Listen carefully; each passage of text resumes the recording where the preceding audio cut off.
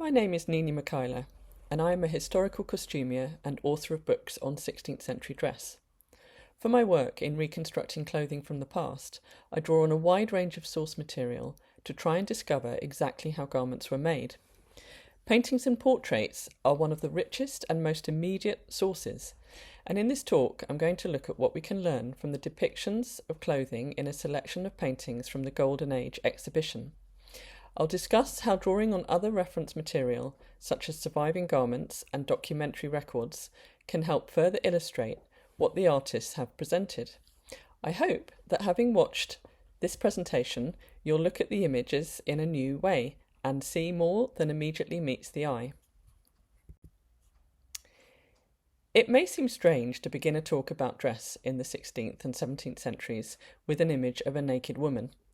But the items that Cranach has selected to include in this painting of the nymph in spring tells us a lot. Nymphs were personifications of nature and usually depicted as naked or scantily clad. In this case, she appears to have taken off a very rich garment indeed. She's been left wearing only a very flimsy and sheer length of fabric and an assortment of costly jewellery. Her gown is made of a lustrous velvet. Velvet was one of the most expensive fabrics that could be purchased at the time. It was woven from pure silk and in this case dyed crimson red. Both the fabric and the colour was heavily restricted in the 16th century to a narrow section of society by legislation that we now refer to as sumptuary law.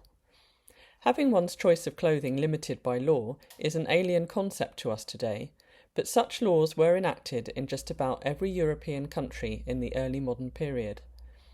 Sumptuary legislation for the entire Holy Roman Empire was issued in 1500, 1530, 1548 and 1577, and it covered Germany, Italy and Burgundy. In England, the first act was issued by Edward III in 1337. It was short and straightforward, and it mainly sought to restrict access to imported cloths and furs.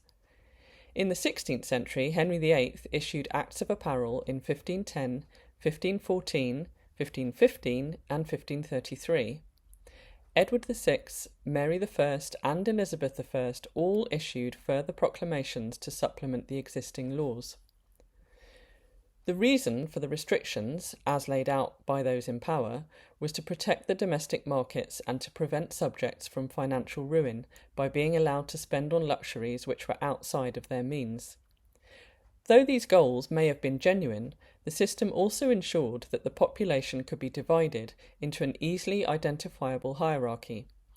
In Germany, the divisions of class can be imagined as a pyramid, with the monarch and their family as a tiny peak at the top of the pyramid, standing on a small section of knights and nobility who, in turn, stand above landowning gentry, merchants, professionals and yeoman farmers. The largest section forms the base and is made up of labourers, artificers and the poor. The structure was similar in other European countries.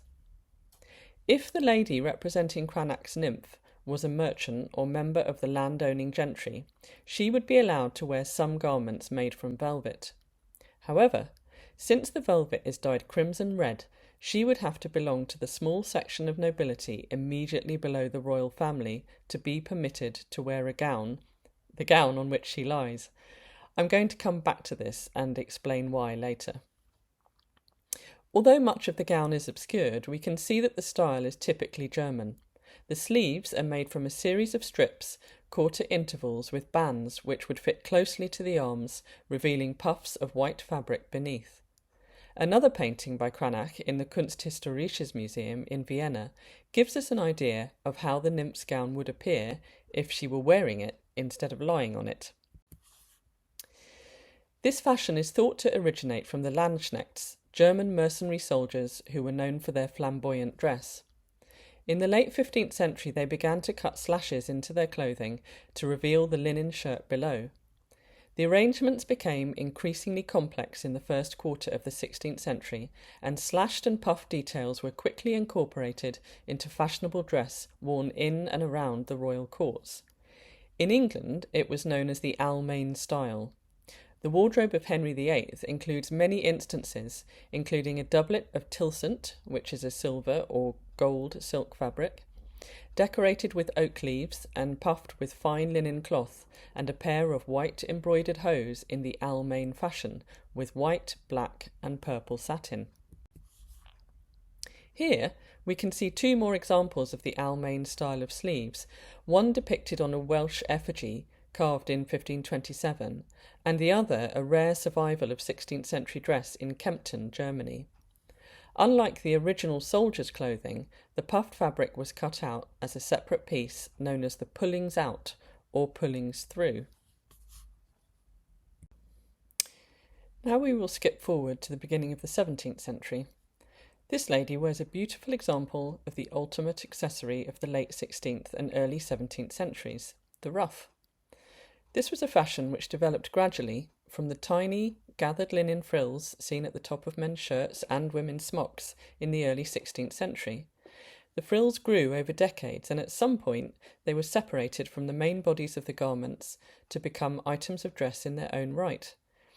Once separated, they could be laundered, starched, and set into the distinctive figure of 8 or O arrangement seen in portraits.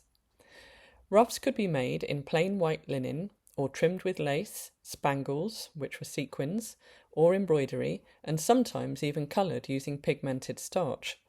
The starch could be made from various grains or roots, including wheat or corn.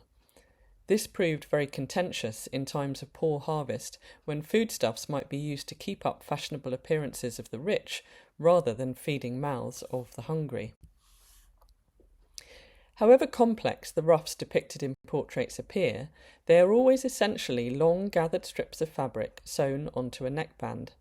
The real artifice came from the laundress, who skillfully washed and starched the ruff before ironing and manipulating the fabric to achieve the final look. She would use her fingers to form the sets, which would be temporarily held in place with pins before a hot gophering iron or poking stick was used to set the starch. The process would need to be repeated after a few wearings, as the starch would soften and the ruff would become soiled. A ruff like this one would require a strip of linen and lace at least 8 yards long. Extant ruffs made of fine cambric contain as many as 19 yards of fabric, tightly gathered onto a neckband. The lace which embellished this ruff would have been made entirely by hand from linen thread worked with either bobbins or a needle. The ruff is held at an upright angle behind the sitter's head with the aid of a wire frame known as an underpropper or supportass. The investment in both the luxury materials and the enormous amount of time dedicated to maintaining the ruffs spoke volumes about the wearer's status. However, by the time this portrait was painted, ruffs had been taken up at nearly all levels of society, and some attempts were made to curb the fashion for ordinary people. For example, in 1611, it was decreed that grocers' apprentices in London were not to have ruffs made from the finer qualities of linen, such as lawn or cambric, and they could not have trimmings of lace or embroidery. They were permitted what is described as only a plain hem and 1 stitch, and the ruffs were not to exceed 2 inches in depth or 3 yards in length before gathering. Women servants were likewise only allowed a plain hem and 1 stitch, but the yardage was more generous at 3 inches in depth and 4 yards in length. The sitter in the portrait was clearly very wealthy. Aside from the elaborate ruff she wears, she has an abundance of heavy gold jewellery. Like clothes, jewellery, and especially gold jewellery, was restricted to the upper echelons of society by law. Her gold chains, buttons, and pendant are all items which she may have inherited rather than bought new. The brooch, or ooch, in her hair is a gold quatrefoil set with a square stone, which could be a diamond. Ooches of this style are seen in portraiture from nearly 100 years earlier, where they were used to adorn the low square necks of gowns then in fashion. This lady has chosen to pin her ooch in her hair for a more up-to-date look. Apart from the gold buttons, there isn't much detail to be discerned on the gown, as it is so black. This is actually another sign of status, as true jet black is a very difficult colour to achieve using only natural dyes. It requires a lot of dye stuff and many repeated immersions in the dye bath. This made it very desirable and an aspirational choice for those seeking to make a good impression. Portraits of professionals and merchants painted during this period nearly always depict them wearing black. The clothes in the portrait we've just been looking at very much hark back to the previous century. In England, the 17th century began with the final 3 years of the long reign of Queen Elizabeth I, who died in 1603. She was the last of the Tudor monarchs, and her death marked the end of an era which had begun in the late medieval period, when her grandfather ascended the throne in 1485. Tudor style was typified by rich, heavy clothes worn in many layers. The most popular colour through the whole period was black, which offered the perfect foil for gold chains, fur, embroidery, jewels and lace, as we have just seen. By the time of the Queen's death, people were ready for change, not least when it came to sartorial fashion. At the royal court, dark colours and heavy materials were put to one side in favour of light silk taffeta, grosgrain and satin in pastel shades of blue, carnation pink, ivory, silver, gold and cream. From about 1630, it became increasingly popular for women to be painted in dress which differed from fashionable clothing. This began with Van Dyck, whose preferred aesthetic as an artist was one of simplicity and harmony. He deliberately left off fashionable accessories such as lace collars and cuffs, and he selected plain silks so as to focus on colour and balance, rather than recording every detail of fashionable dress. He played with placing jewels in locations on the body where they were not usually worn, such as the one on the shoulder seam of Catherine's bodice here. He also accessorised with flowers, often using roses, again as worn by Catherine in her hair and in the wreath that she holds. Roses could symbolise youthful and fleeting beauty, and it also served to enhance the idea of natural rather than artificial adornment. Subsequent 17th century artists took this practice further when it was recognised that a particular style of dress might be viewed as unfashionable or outmoded by future generations. As social commentator Joseph Addison stated in 1712, "Great masters never care for painting people in the fashions, as very well knowing that the headdress or periwig that now prevails and gives a grace to their portraiture at present will make a very off figure, and perhaps look monstrous in the eyes of prosperity." The attempt at timelessness has been relatively successful for these three portraits. There are no obvious or stark differences between the dress of Catherine Howard, painted in 1638, and Lady Borlase and the Unknown Lady, both painted more than 30 years later. All three wear lustrous plain silk satin gowns with no woven or embroidered embellishment or lace. Plain white linen shifts peek out from the necklines and the sleeves, and the jewellery is minimal. All three wear large pearl drop earrings and a necklace of round, pea-sized pearls. There are some differences which help to date the paintings, and these would have been more obvious to contemporary onlookers than they are to the modern viewer. For example, the fashionable shape of the neckline in the 1630s was a low square. The waistline of the bodice was high at the sides, with only a small dip at the front, and the lower edge of the bodice had deep skirts, which sat over the petticoat.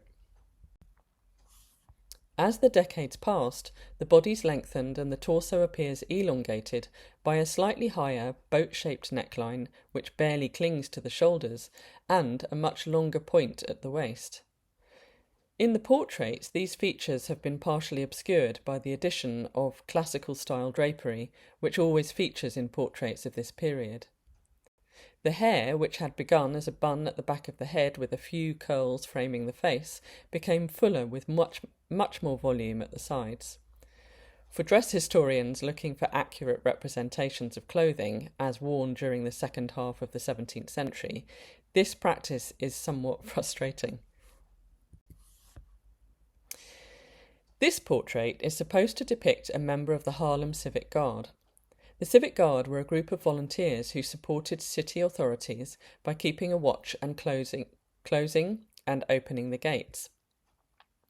Its officers were wealthy citizens of the town, or the city concerned, appointed by the city magistrates, and all of the members were expected to buy their own clothes. This man is wearing two forms of armour, in keeping with the expectation that members of the Guard might have to engage in military-style defence against riots, revolts, or attacks. His metal, or plate, cuirass, or breastplate, is fastened over the top of a leather buff coat, the quintessential military garment of the 17th century. Both coat and breastplate are highly functional, but they've been accessorised with fine lace-trimmed linen collar, or falling band, and cuffs, and the wide silk sash tied around the waist denotes that the sitter is an officer. Recent research by Dudok van Heel suggests that this sitter may in fact be a man called Jan Soep the Younger, and he was a captain of a mercenary company of Vaargelders in Amsterdam. This was an unequivocal military position in contrast to the part-time presence in Haarlem Civic Guard Company. And, unlike the Haarlem Civic Guards, the state military continued to wear breastplates into the 1630s. The sitters in all of the paintings we have looked at thus far belong to the upper levels of society, those who could afford to employ an artist to paint their portrait. As I mentioned at the beginning, these people made up a very small percentage of the population. The vast majority were labourers, tenant farmers, and household servants. These men and women did not generally have their portraits painted, nor did they commission effigies or brasses of themselves to be displayed in church after their deaths. It is therefore much harder to discover the details of everyday dress worn by the masses. Genre paintings, such as this one of a village fete in 1649, are a valuable source of information on ordinary people's clothes. When I visit an art gallery, I spend a lot of time peering into these types of scenes to try and discern the garments worn by each individual figure. The textiles available for clothing in the 16th and 17th century were made exclusively from natural materials, including flax or hemp, sheep's wool, animal skins such as leather or fur, and imported silk. Cotton was available, but it was rare and it was used in very specific ways. None of the figures here are likely to be wearing silk, and the use of specific colours and textiles followed strong social conventions. Many of the females depicted here are wearing red petticoats, a practice which was long established by the time of this painting. In a survey of ordinary people's clothes taken from wills and inventories, more than half of the 1,000 petticoats described by colour were red. Most of the remainder were described as russet or sheep's colour, that is to say, it was undyed, and it could be anything in the range of natural fleece colours from cream through greys, brown and almost black. Clues to the reason for wearing red garments can be found in other documents. For example, Henry VIII's physician Andrew Boord recommended that men should wear a red petticoat, which is like a modern man's waistcoat, over their shirt and under their doublet. That the beds of those suffering from fevers were often hung with red is also testament to the belief. It was believed that Queen Elizabeth I was saved from smallpox by being wrapped in red flannel and laid in front of the fire. Red cloth was also used for red compresses for the stomach. It seems that the use of red close to the skin was boosted by the belief that it had healthful benefits, that it could not only help to heal, but that wearing it regularly could prevent illness. All of the colours seen in the clothing of the people here would have been achieved with only 3 dye-stuffs: woad for blue, weld for yellow, and madder for red. Other colours were created by combining 2 or more of these dye-stuffs. Dyeing was done on an almost industrial scale at this time, and it was carried out away from heavily populated areas due to the unpleasant nature of some of the processes, most notably that stale urine, sometimes mixed with pig or chicken feces was used to brighten colours. Madder was a relatively cheap dye. The colour it could achieve was slightly muted and bricky in tone, and this contrasts with the very vibrant red which could be achieved using the more expensive kermes. Kermes was an imported dyestuff, and its name is where the word crimson comes from. It was the precursor of cochineal, and it comes from a species of scale insects which infest certain Mediterranean plants. The dried insects had to be pulverised before use, and as many as 60,000 were required to make 1 kilogram of dyestuff. Anybody could wear red clothing which had been dyed using madder, but fabrics dyed with kermes were heavily restricted and only available to a small select group.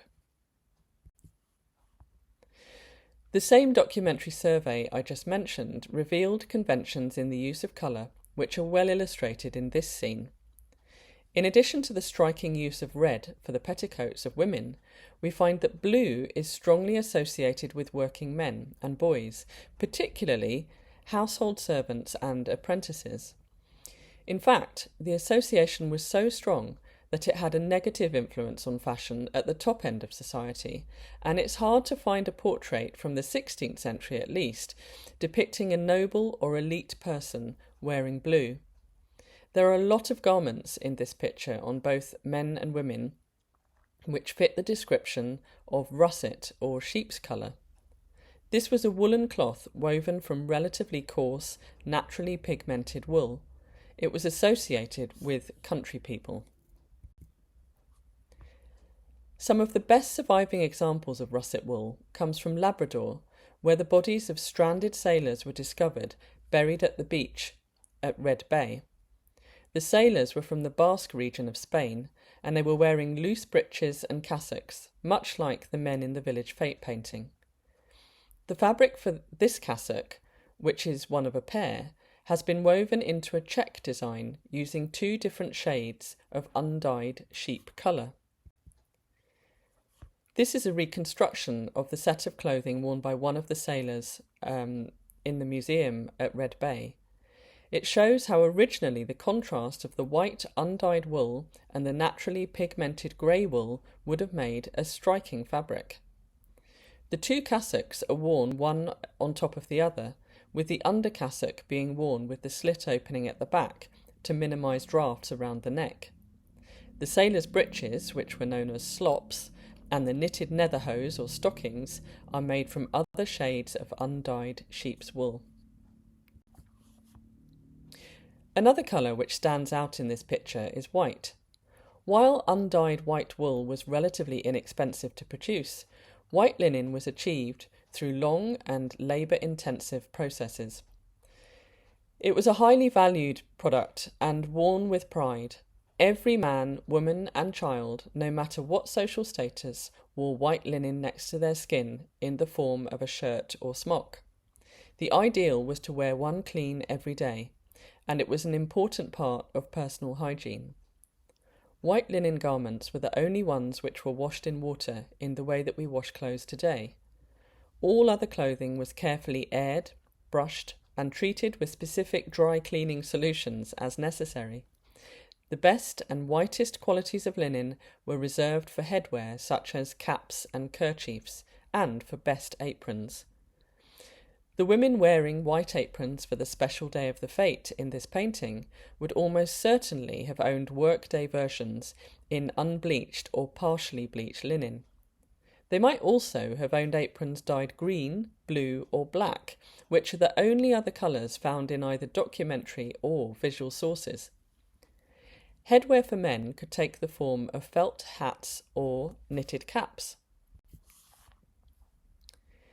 The biblical figures in this crucifixion scene, painted by Ambrosius Franken, have been depicted wearing a mixture of ancient, old-fashioned and contemporary clothing. This can be challenging for the modern dress historian to unpick, but what we do have here is a lovely example of a red cap worn by a soldier, and this cap would certainly have been knitted. Here is a surviving example from the collection at the Victoria and Albert Museum in London, which is very similar. It was knitted and fulled before the brim was cut into sections. Fulling is a process which involves washing, shrinking and beating woolen fabrics so that the structure, whether it's knitted or woven, is tightened and thickened. The fulled knitting was then dried and the surface raised by brushing with teasels before it was sheared to create a velvety surface, or nap. The nap on this cap has worn away, but there are some which survive and retain it in places, particularly between the brim and the cap itself. This painting has a particularly peculiar mixture of imagined biblical clothing and recognisable 16th century dress. Most of the figures are not wearing normal 16th century clothing, but let's take a look at a couple of the details. At the top left-hand corner, we can see a man wearing a cap very similar to the one we just looked at, likely knitted and fulled with a slashed brim. And this woman looks like she's come straight out of one of the popular Dutch scenes depicting market stalls or kitchen interiors populated by working people wearing everyday dress. An interesting feature of her outfit is her red sleeves, which are separate from her petticoat bodice. These are quite likely to have been knitted. They would have been pulled on over her linen smock sleeves and pinned to her bodice at the shoulder. This is Bruegel's version of the parable of the Good Shepherd. Jesus is shown as the shepherd leading his flock out of the pen. The other figures are thieves and robbers. There are more examples of ordinary men's clothing here. The men all wear long hose on their legs, of a style which was worn by men of all ranks in the late 15th century. They were cut from woven cloth cut on the bias, which allowed them to be closely fitted but still stretchy. The style was old-fashioned by the time this was painted in the 1560s, but it did continue to be worn by rural labouring men well into the 17th century. This is a surviving pair from Alpersbach in Germany.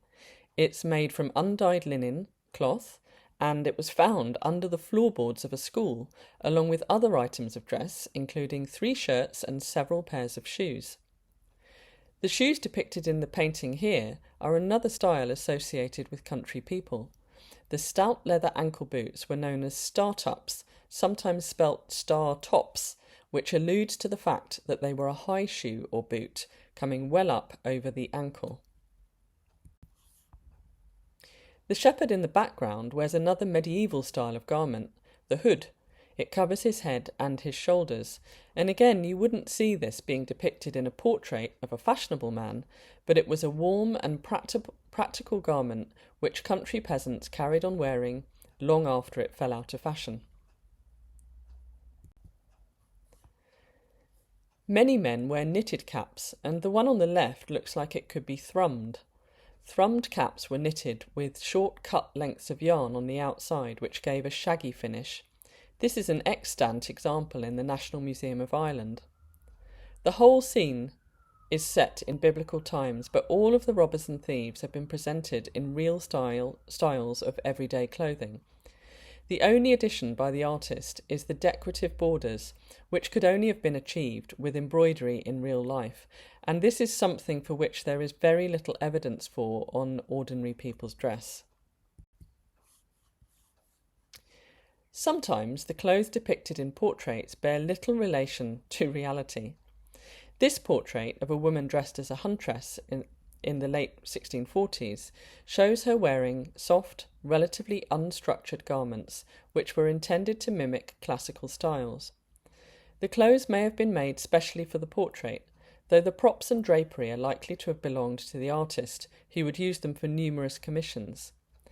As with the 3 17th century portraits we looked at earlier, the idea was to create a timeless look and was seen as an antidote to frequently changing fashionable styles. The clothing worn by the singing lute player is almost certainly a piece of fantasy, and though it was painted by a Dutch painter, it's not typical of fashions in the Netherlands at that time. The style is very much influenced by Caravaggio, who depicted musicians in colourful, flamboyant dress in the 1590s. They may reflect stage costumes seen by the artist in Italy, or could simply be intended to add a touch of exoticism to the picture. The striking two-tone fabric is not imagined. It was a silk material woven with one colour in the warp and a contrasting colour in the weft. We call the modern version of this fabric shot, but at the time it was called changeable, which is a much more descriptive term for the way the colour changed with movement and how the light landed on it. I hope you've enjoyed taking a look at the clothing in this virtual tour of some of the wonderful paintings which feature in the Golden Age exhibition at the Figge. Thank you for listening, and I have also been sent a number of questions from visitors to the gallery, which I will attempt to answer now. So one question is, how many layers are usually under these gowns, and do you recreate every layer regardless of whether they're seen? So yes, there are often a lot of layers underneath these, the outer ones which are depicted in the portraits. And I do recreate every layer when I'm making a reconstruction, because unlike theatrical dress, I'm trying to reconstruct real clothing as worn in the past. And all of the underlayers, and particularly structured underpinnings for women, are absolutely essential in creating the end look, and it's not really possible to mock it up by missing out some of these layers. Another question is, how long would it take to make one of these gowns, and what kind of skills, trades and labour, including invisible, were involved?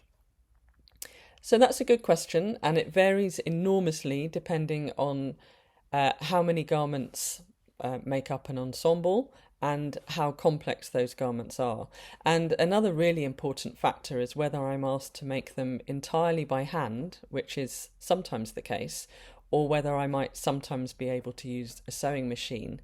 For example, in hidden areas inside that are going to be covered by lining, I might use a sewing machine to mimic a long seam that would be backstitched in period by the tailor, because actually if the seam is hand stitched competently, you shouldn't really be able to see a big difference between a hand stitched seam and a machine's seam from the outside.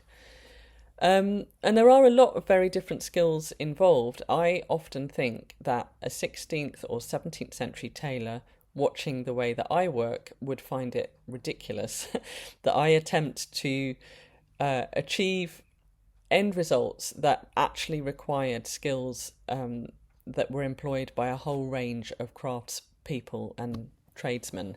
And each of those craftspeople or tradesmen would have had to have completed a 7-year apprenticeship to hone their skills before they were allowed to work initially as a journeyman in the case of tailors, working under other master tailors, and then eventually being able to qualify as a master tailor themselves. So I do draw the line at, for example, making shoes, which is a very specific skill and trade, and it's not something that I've been trained to do. I do some embroidery from time to time, but it's not my area of specialism, and quite often I will employ professional embroiderers, often in India and sometimes here in the UK where I'm based, if I have a very elaborate piece, because I don't have really the skill to complete embroidery quickly enough and to a high professional standard. Another question is, were there recognisable signatures of certain tailors or workshops similar to how we identify painters' hands?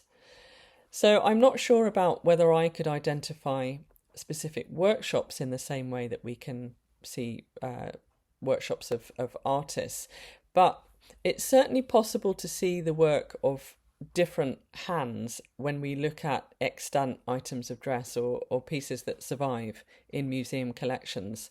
So, for example, you can see that sometimes a seam or a finish is carried out very proficiently and very skillfully by what one would assume is the master tailor, and other areas are less skillful. And I think we can assume then that the piece was handed to the apprentice or possibly the journeyman. And the same is true with some of the surface embellishment and decoration that we can see in surviving pieces. Sometimes it's very regular and professionally done, and sometimes it's a little bit more haphazard, and you can get the impression that maybe it was carried out by someone with a little bit less skill. So yes, I think if you looked at enough pieces by the same tailors, you might be able to spot their work. But unfortunately, unlike artworks, there is so very little that survives in terms of clothing and textiles from these periods. Another question is, what kinds of physical discipline or bodily awareness did these clothes require? Could you breathe, eat, and move naturally? Well, if you've never worn period clothing before, you will find, if you get an opportunity to be put into some or try some on, that it feels very different to modern clothing. For men and women, really, but particularly for women, you find that initially you might experience a feeling that you can't breathe properly. In fact, you can, and it's just different. We don't generally today wear clothes as tightly fitting as clothes were worn in the past. But then, having said that, the level of restriction really depends on status. So the higher up the social scale you are, probably generally speaking, the more restrictive your clothes are. So if you're a labourer or a sailor, as we were talking about earlier, your clothes were very practical. You could move completely in them, and they were warm and comfortable. Whereas if you're elite, your clothes are going to be more restrictive. But even having said that, the people that we see in these portraits didn't always dress like that. They too had versions of clothing it was later called undress, and it was looser and more comfortable, and it's the kind of thing that they would wear when they were first getting up in the morning or at the end of the day when they were relaxing, and also on days when they weren't expecting company or to take part in any kind of formal events. So it varied a lot. And finally, I have a question which is, men's fashion in this period was so elaborate, feathers, lace and jewels. Was there an element of peacocking or social display similar to what we associate with women's dress? How consciously were men using fashion to perform power or attract attention? So the short answer is yes. Before the 19th century and the adoption of suits, similar to what men wear today as formal wear, dark suits in plain materials, men really were as showy as women, and at certain periods I'd say it was even more so. One of the most famous examples of male dress being used to display power and attract attention was the meeting of Henry VIII of England with Francis I of France at the Field of the Cloth of Gold in 1520, and on that occasion both men vied to outdo the other in all sorts of ways, but very importantly by the use of their clothing, and they each of them wore an incredible range of outfits using the richest and most showy materials, including, of course, a lot of cloth of gold, which really was cloth woven with threads of actual gold in it. And then in the 17th century, Charles I used magnificent attire to assert his belief in the divine right of kings. He was also quite self-conscious of his diminutive stature and his weak legs, which he was teased about, and he used clothing to mask these shortcomings. And he continued to order and wear new clothing when he was captive and then on trial before his execution, including he ordered 2 suits with rich gold and silver lace and one of black satin with a cloak lined in plush.